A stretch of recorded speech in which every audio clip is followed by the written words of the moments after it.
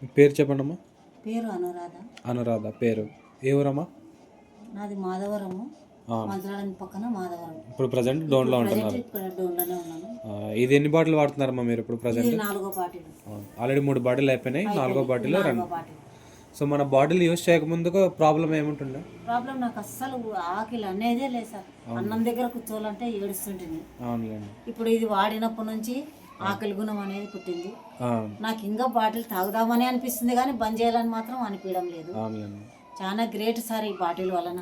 నాకు ప్రస్తుతానికి అయితే ఇప్పుడు 3 బాటిల్స్ అయిపోయాయి, ఫుల్ క్లియర్ అయిపోయింది. 4వ బాటిల్ ఇంకా రన్నింగ్ చేస్తా ఉన్నారు. బాగుందని చెప్పేసి ఇంకా కంటిన్యూ చేస్తా ఉన్నారు. కంటిన్యూ చేస్తున్నాను. అందరూ వదిలేయండి అన్నారు, అయినా నేను వదిలేదు బాటిల్. ఎందుకంటే నా ఆరోగ్యం నాకు ముఖ్యం కాబట్టి. అవునులేండి మేడం. అందరూ వాడచ్చా మేడం? ఇది అందరూ వాడచ్చు, ఎవరైనా వాడచ్చు. ఈ బాటిల్ మహిమ వాడేటోళ్ళకి మాత్రమే తెలుస్తుంది. అవునులేండి. ఇది బాటిల్ యూజ్ చేయకముందుకు మీరు ఏదో హాస్పిటల్లో? నేను యశోద హాస్పిటల్కి పోవాలనుకుని, నా అల్లుడు అక్కడే పనిచేస్తున్నాడు యశోద హాస్పిటల్ హైదరాబాద్లో. తీసుకెళ్తాను,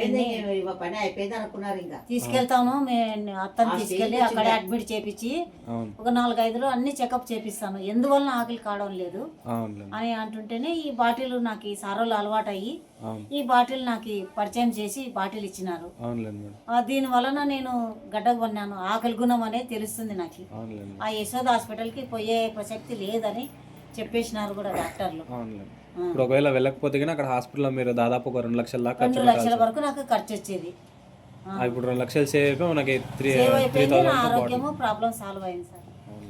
థ్యాంక్ యూ. ఇప్పుడు అందరూ వాడచ్చా మేడం? నమ్మకంగా అందరూ వాడచ్చు సార్. వాడేటోళ్ళకి మాత్రమే దీని విలువ తెలుస్తుంది. అవును. సరే మేడం, థ్యాంక్ యూ. నమస్తే సార్.